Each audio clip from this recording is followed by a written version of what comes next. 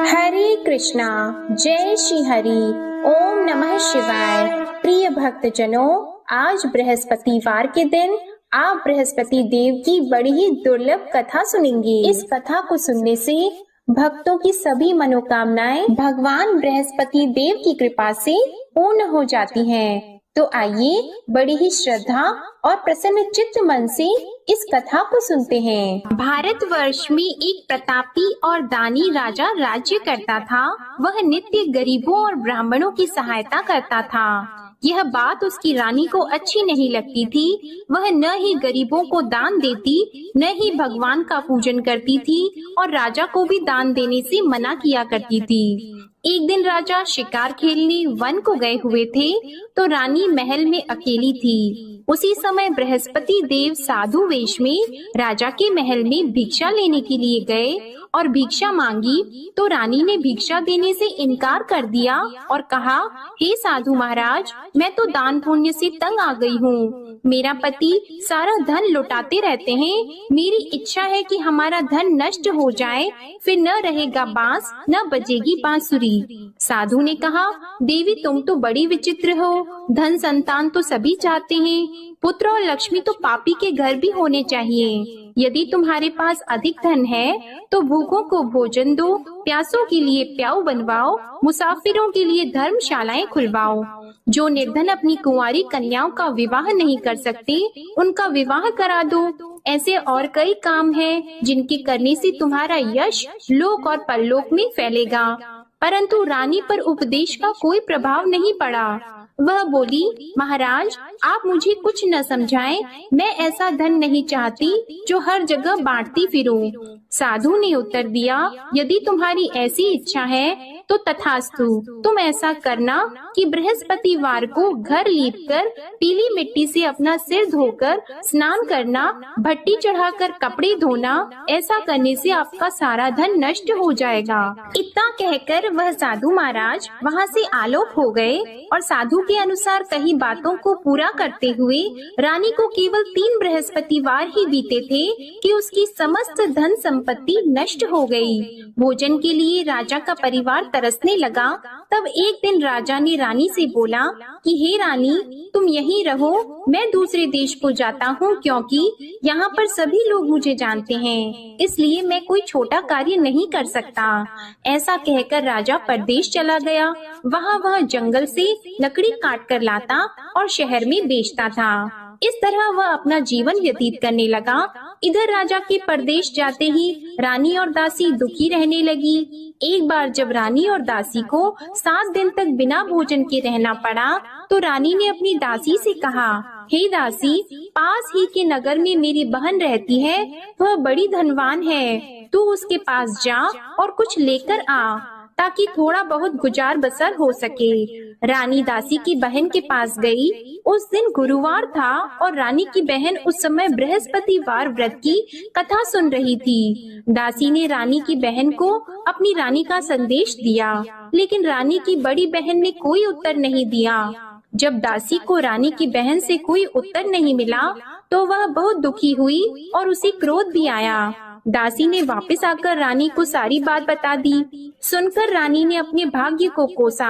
उधर रानी की बहन ने सोचा कि मेरी बहन की दासी आई थी, परंतु मैं उससे नहीं बोली, इससे वह बहुत दुखी हुई होगी। कथा सुनकर और पूजन समाप्त करके वह अपनी बहन के घर आई और कहने लगी, हे बहन, मैं बृहस्पतिवार का व्रत कर रही थी, तुम्हारी दासी मेरे घर आई थी, परंतु जब तक कथा होती है तब तक न तो उठते हैं और न ही बोलते हैं, इसलिए मैं नहीं बोली। कहो दासी क्यों गई थी? रानी बोली, बहन तुमसे क्या छिपाऊं, हमारे घर में खाने तक को अनाज नहीं था। ऐसा कहते कहते रानी की आंखें भर आई। उसने दासी समेत पिछले 7 दिनों से भूखे रहने तक की बात अपनी बहन को विस्तार पूर्वक सुना दी। रानी की बहन बोली, देखो बहन, भगवान बृहस्पति सबकी मनोकामना को पूर्ण करते हैं। देखो शायद तुम्हारे घर में अनाज रखा हो। पहले तो रानी को विश्वास नहीं हुआ, पर बहन के आग्रह करने पर उसने अपनी दासी को अंदर भेजा तो उसे सचमुच अनाज से भरा एक घड़ा मिल गया। यह देखकर दासी को बड़ी हैरानी हुई। दासी रानी से कहने लगी, हे रानी, जब हमको भोजन नहीं मिलता तो हम व्रत ही तो करते हैं, इसलिए क्यों न इनसे व्रत और कथा की विधि पूछ ली जाए ताकि हम भी व्रत कर सकें। तब रानी ने अपनी बहन से बृहस्पतिवार व्रत के बारे में पूछा। उसकी बहन ने बताया, बृहस्पतिवार के व्रत में चने की दाल और मुनक्का से विष्णु भगवान का केले की जड़ में पूजन करें तथा दीपक जलाएं, व्रत कथा सुने और पीला भोजन ही करें। इससे बृहस्पति देव प्रसन्न होते हैं। और व्रत और पूजन विधि बताकर रानी की बहन अपने घर को लौट गई। 7 दिन के बाद जब गुरुवार आया तो रानी और दासी ने व्रत रखा। घुड़साल में जाकर चना और गुड़ लेकर आई, फिर उससे केले की जड़ तथा विष्णु भगवान का पूजन किया।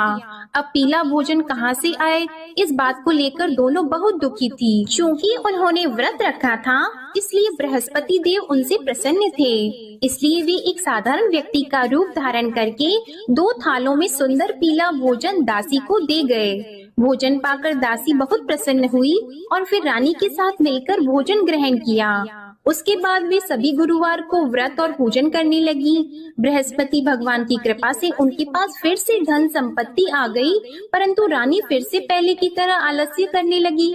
तब दासी बोली, देखो रानी, तुम पहले भी इस प्रकार आलस्य करती थी, तुम्हें धन रखने में कष्ट होता था, इस कारण सभी धन नष्ट हो गया, और अब जब भगवान बृहस्पति की कृपा से धन मिला है तो तुम्हें फिर से आलस्य होता है।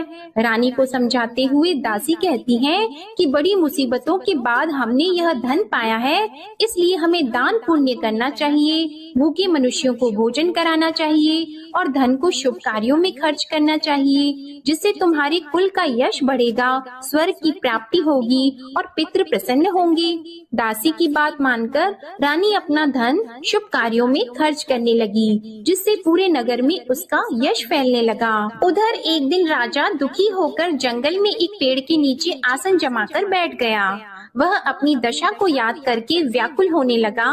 बृहस्पतिवार का दिन था। एकाएक उसने देखा कि निर्जन वन में एक साधु प्रकट हुए। वह साधु वेश में स्वयं बृहस्पति देवता थे। लकड़हारे के सामने आकर बोले, हे लकड़हारे, इस सुनसान जंगल में तू इतना चिंता मग्न क्यों बैठा है? लकड़हारे ने दोनों हाथ जोड़कर प्रणाम किया और उत्तर दिया, महात्मा जी, आप सब कुछ जानते हैं, मैं क्या कहूँ। यह कहकर रोने लगा और साधु को अपनी आत्म कथा सुनाई।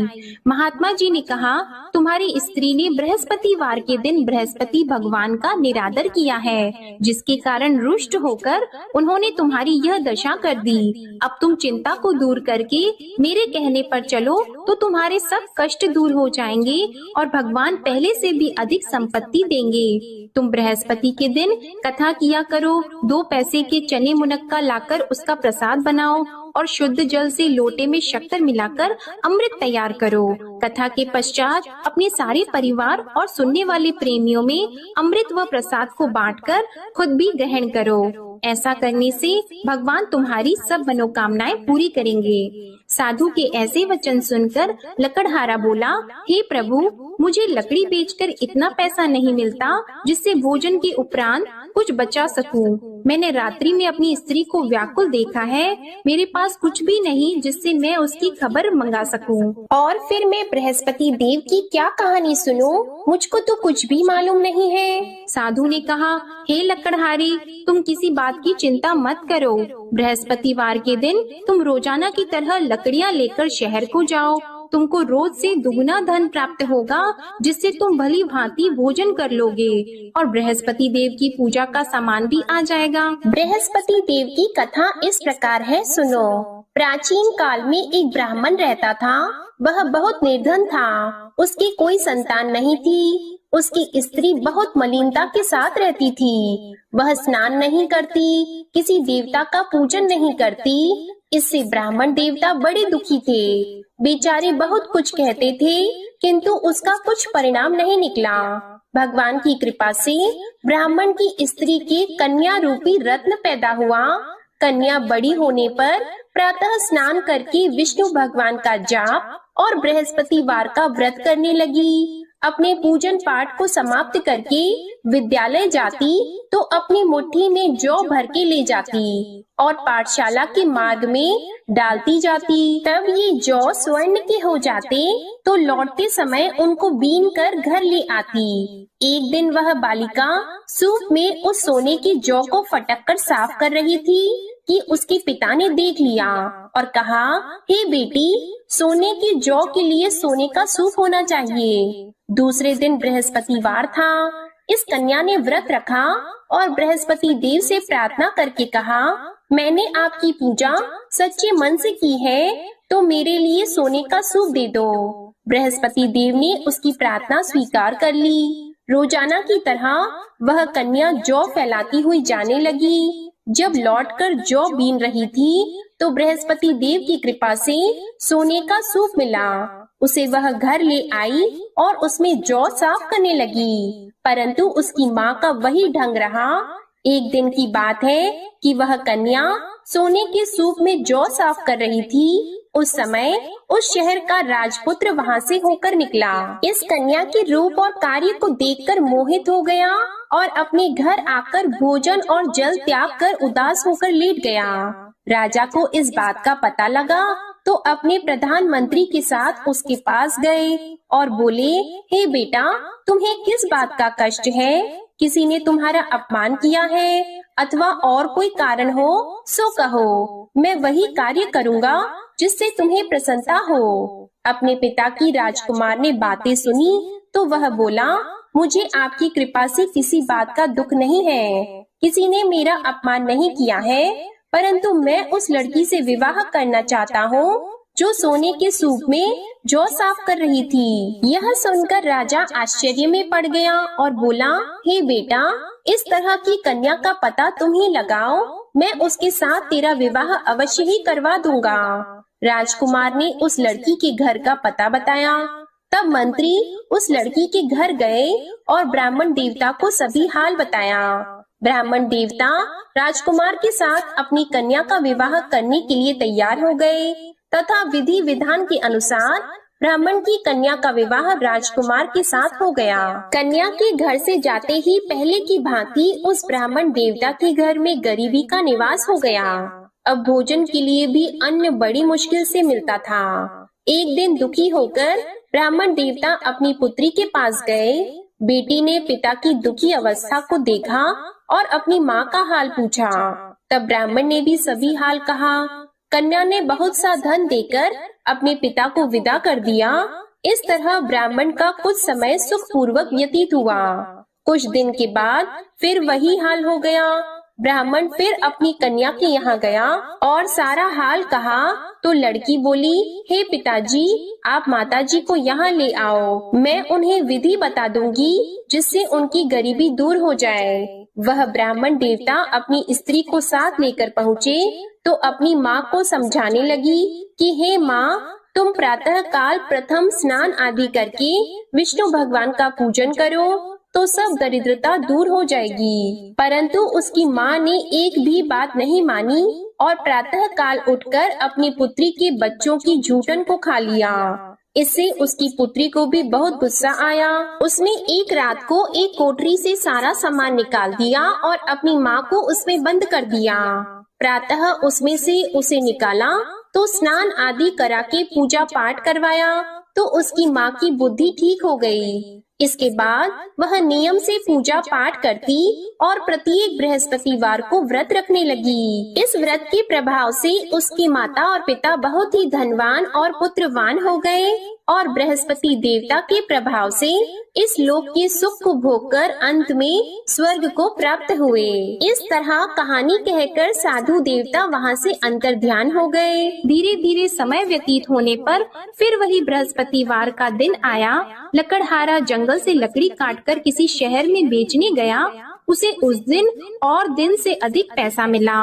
राजा ने चना गुड़ आदि लाकर गुरुवार का व्रत किया। उस दिन से उसके सभी क्लेश दूर हो गए। परंतु जब दोबारा गुरुवार का दिन आया तो बृहस्पतिवार का व्रत करना भूल गया। इस कारण बृहस्पति भगवान नाराज हो गए। उस दिन उस नगर के राजा ने विशाल यज्ञ का आयोजन किया था तथा शहर में ये घोषणा करा दी कि कोई भी मनुष्य अपने घर में भोजन न बनवाए, न आग जलाए। समस्त जनता मेरे यहाँ भोजन करने आए। इस आज्ञा को जो न मानेगा उसे फांसी की सजा दी जाएगी। इस तरह की घोषणा संपूर्ण नगर में करवा दी गई। राजा की आज्ञा के अनुसार शहर के सभी लोग भोजन करने गए, लेकिन लकड़हारा कुछ देर से पहुंचा, इसलिए राजा उसको अपने साथ घर लेके गए और ले जाकर भोजन करा रहे थे तो रानी की दृष्टि उस खूंटी पर पड़ी जिस पर उसका हार लटका हुआ था। वह वहाँ पर दिखाई नहीं दिया। रानी ने निश्चय किया कि मेरा हार इस मनुष्य ने चुरा लिया है। उसी समय सिपाहियों को बुलाकर उसको कारागार में डलवा दिया। जब लकड़हारा कारागार में पड़ गया और बहुत दुखी होकर विचार करने लगा कि न जाने कौन से पूर्व जन्म के कर्म से मुझे यह दुख प्राप्त हुआ है, और उसी साधु को याद करने लगा जो कि जंगल में मिला था। उसी समय तत्काल बृहस्पति देव साधु के रूप में प्रकट हुए और उसकी दशा को देखकर कहने लगे, अरे मूर्ख, तूने बृहस्पति देव की कथा नहीं करी, इस कारण तुझे दुख प्राप्त हुआ है। अब चिंता मत कर, बृहस्पतिवार के दिन कारागार के दरवाजे पर 4 पैसे पड़े मिलेंगे, उनसे तू बृहस्पति देव की पूजा करना, तेरे सभी कष्ट दूर हो जाएंगे। बृहस्पतिवार के दिन उसे 4 पैसे मिले। लकड़हारे ने कथा कही। उसी रात्रि को बृहस्पति देव ने उस नगर के राजा को स्वप्न में कहा, हे राजा, तुमने जिस आदमी को कारागार में बंद कर दिया है वह निर्दोष है, वह राजा है, उसे छोड़ देना। रानी का हार उसी खूंटी पर लटका है, अगर तू ऐसा नहीं करेगा तो मैं तेरे राज्य को नष्ट कर दूंगा। इस तरह रात्रि के स्वप्न को देखकर राजा प्रातः काल उठा और खूंटी पर हार देखकर लकड़हारे को बुलाकर क्षमा मांगी और लकड़हारे को योग्य सुंदर वस्त्र आभूषण देकर विदा कर दिया। बृहस्पति देव की आज्ञा के अनुसार लकड़हारा अपने नगर को चल दिया।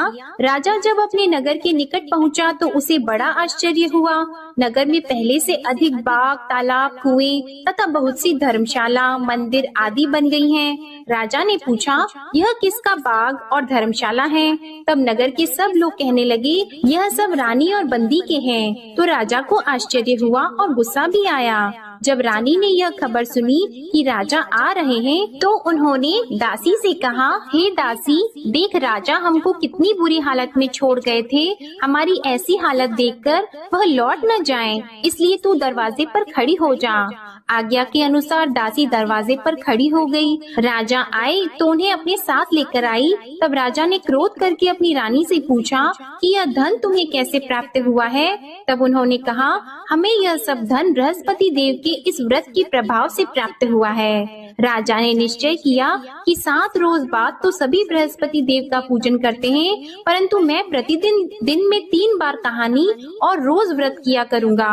अब हर समय राजा के दुपट्टे में चने की दाल बंदी रहती और दिन में 3 बार कहानी कहते।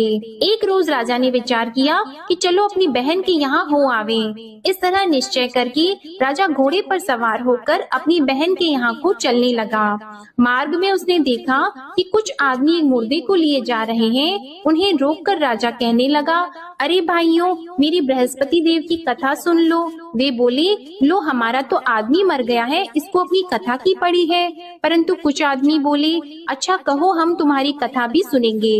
राजा ने दाल निकाली और जब कथा आधी हुई थी कि मुर्दा हिलने लग गया, और जब कथा समाप्त हो गई तो राम राम करके मनुष्य उठकर खड़ा हो गया। आगे मार्ग में उसे एक किसान खेत में हल चलाता मिला तो राजा ने उसे देखकर बोला, अरे भैया, तुम मेरी बृहस्पतिवार की कथा सुन लो।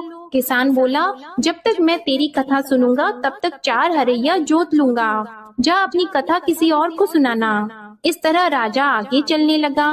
राजा के हटते ही बैल पछाड़ खाकर गिर गए और किसान के पेट में बड़ी जोर का दर्द होने लगा। उस समय उसकी माँ रोटी लेकर आई और उसने जब यह देखा तो अपने पुत्र से सब हाल पूछा और बेटे ने सभी हाल कह दिया।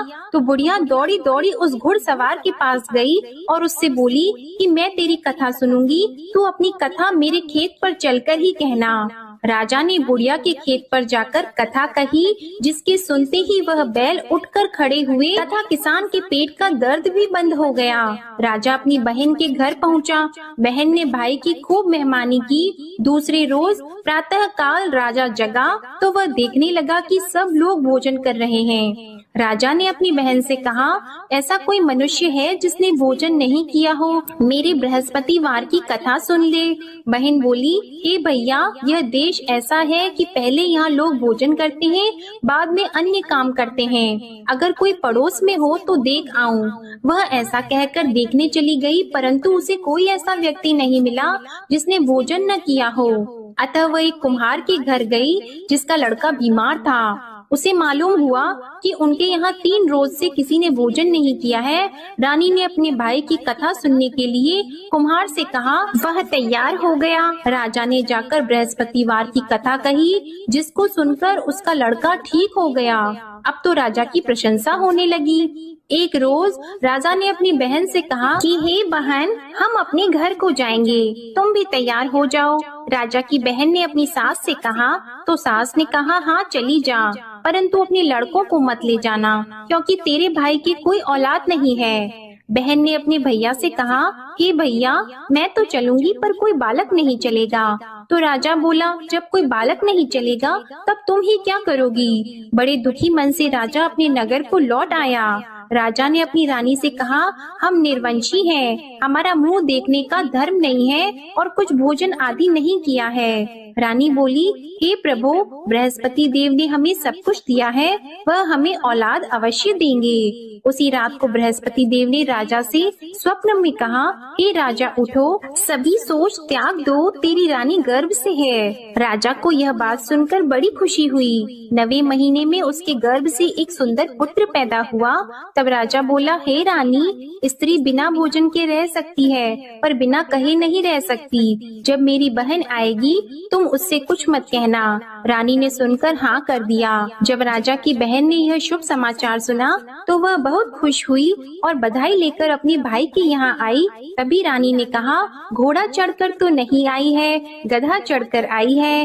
राजा की बहन बोली, भाभी, मैं इस प्रकार न कहती तो तुम्हें औलाद कैसे मिलती? बृहस्पति देव ऐसे ही हैं, जैसी जिसके मन में कामनाएं हैं सभी को पूर्ण करते हैं। जो सद्भावना पूर्वक बृहस्पतिवार का व्रत करता है एवं कथा पढ़ता है अथवा सुनता है, दूसरों को सुनाता है, बृहस्पति देव उनकी सभी मनोकामनाएं पूर्ण करते हैं। बृहस्पति देव उनकी सदैव रक्षा करते हैं।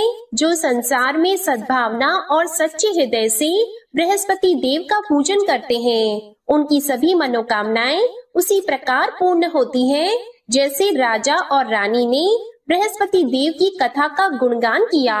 उनकी सभी इच्छाएं बृहस्पति देव ने पूर्ण की। मनुष्य को हृदय से उनका मनन करते हुए जयकारा करना चाहिए। तो प्रेम से बोलिए, बृहस्पति देव की जय, विष्णु भगवान की जय, समस्त देवी देवताओं की जय। अब आप भगवान बृहस्पति देव की आरती श्रवण कीजिए। ओम जय बृहस्पति देवा, ओम जय बृहस्पति देवा, छिन्न छिन्न भोग लगाऊं कदली फल मेवा। ओम जय बृहस्पति देवा, तुम पूर्ण परमात्मा, तुम अंतर्यामी, जगत पिता जगदीश्वर, तुम सबके स्वामी। ओम जय बृहस्पति देवा, चरणामृत निज निर्मल, सब पातक हरता, सकल मनोरथ दायक, कृपा करो भरता।